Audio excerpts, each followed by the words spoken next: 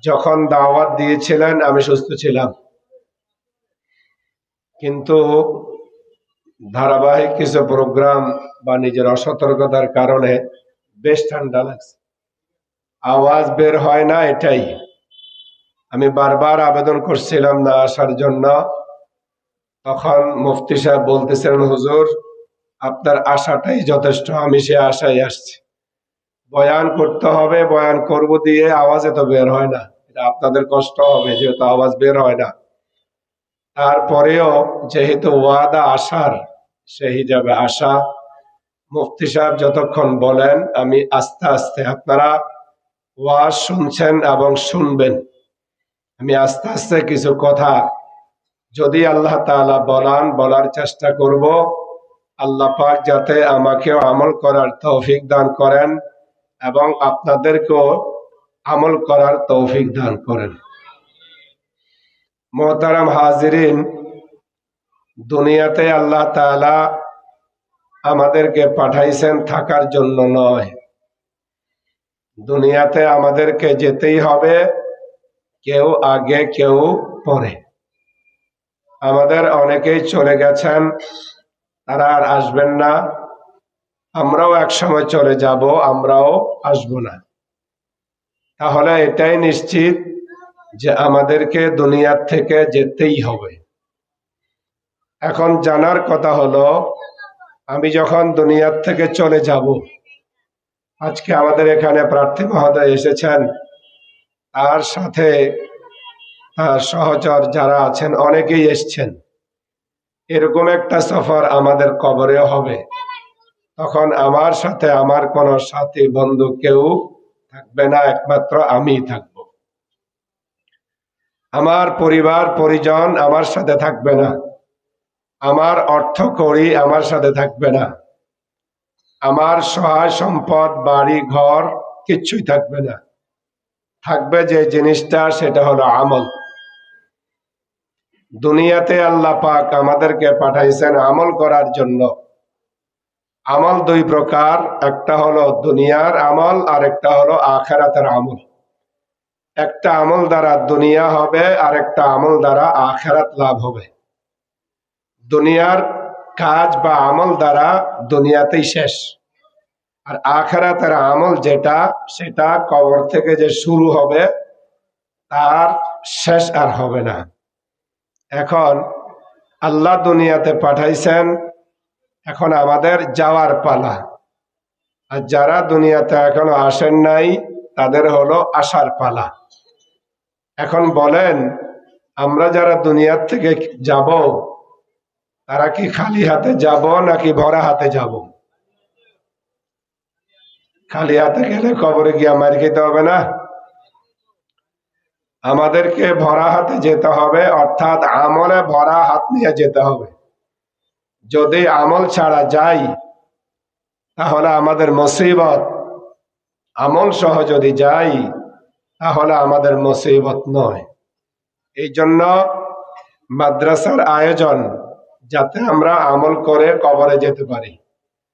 মসজিদের আয়োজন, যাতে আমরা আমল করতে পারি। মাদ্রাসার আয়োজন, যাতে আমরা আমল করতে পারি। খানকার মধ্যে আল্লাহর অলিগণ আয়োজন করেন, যাতে আমরা আমল করতে পারি। ওয়াজ মাহফিল সারা দেশে হয়, বিশ্ব হয়, উদ্দেশ্য একটাই, যাতে আমল করা যায়। এখন হায়াত বা জীবন আল্লাহ আমাকেও দিয়েছেন, হায়াত বা জীবন আল্লাহ তাআলা পশু পাখিকেও দিয়েছেন, প্রাণীকেও দিয়েছেন। তো তার হায়াত, তার জীবন, আর আমার হায়াত, আমার জীবন। তার হায়াত আর আমার হায়াতে পার্থক্য কি? তার জীবন আর আমার জীবনে পার্থক্য কি? জীবনটা কি? আমার যে হায়াত, আমার যে জীবন, আমার এই জীবন শুরু হলো যেদিন দুনিয়াতে আসলাম। কি বলেন? যেদিন দুনিয়াতে আসলাম সেদিন থেকেই তো আমার জীবন। আবার যেদিন দুনিয়ার থেকে চলে যাব সেদিন জীবন শেষ। তাহলে শুরু হলো জন্ম দ্বারা, শেষ হলো মৃত্যু দ্বারা। তা আমার হায়াতটা কত দিনের? এই জন্ম আর মৃত্যুর মাঝখানে যে সামান্য একটু সময়, এটাই তো হায়াত। আপনারা আমার কথা বুঝতেছেন না মনে হয়। কথাগুলো বোঝার চেষ্টা করেন। আমার হায়াত, আমি তো জীবন ছাড়া কিছু বুঝি না। জীবনের জন্য সব মেহনত, জীবনের জন্য সব পরিশ্রম, জীবনের জন্য কাটাকাটি মারামারি, জীবনের জন্য সবকিছু করা হচ্ছে। কিন্তু জীবনটা কি? জীবনটা হলো যার শুরু জন্ম দ্বারা, শেষ হলো মৃত্যু দ্বারা।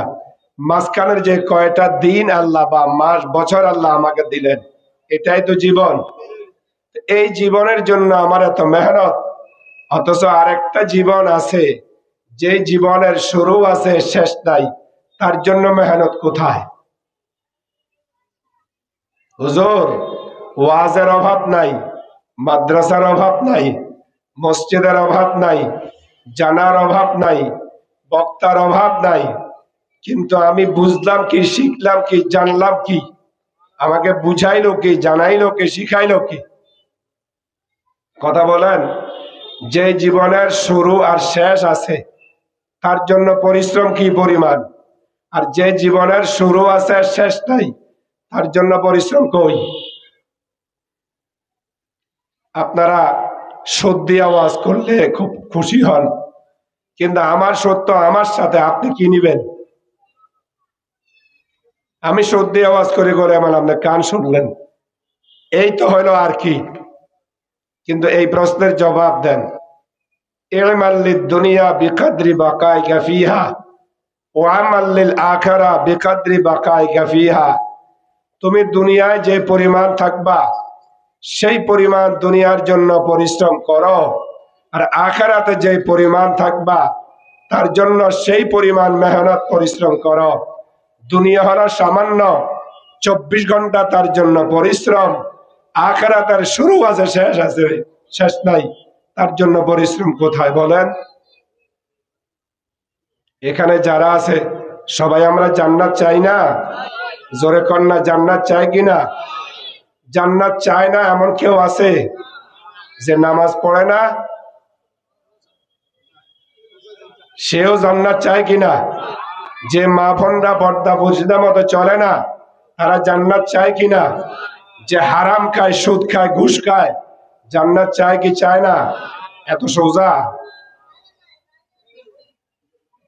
এত সোজাই জান্নাত পাওয়া? হায় হায়, ইমাল্লিদ দুনিয়া বিকাদরি বাকাইকা ফিহা। দুনিয়ার জন্য সেই পরিমাণ পরিশ্রম করো যেই পরিমাণ তুমি দুনিয়াতে থাকবে। আখিরাতের জন্য সেই পরিমাণ মেহনত করো যেই পরিমাণ তুমি আখিরাতে থাকবে। দুনিয়ার জন্য সকালে মেহনত, দুপুরে মেহনত, রাতে মেহনত, দোকানে মেহনত, বাসায় মেহনত, সব জায়গায় মেহনত, অফিস আদালতে মেহনত। আখিরাতের জন্য মেহনত কই?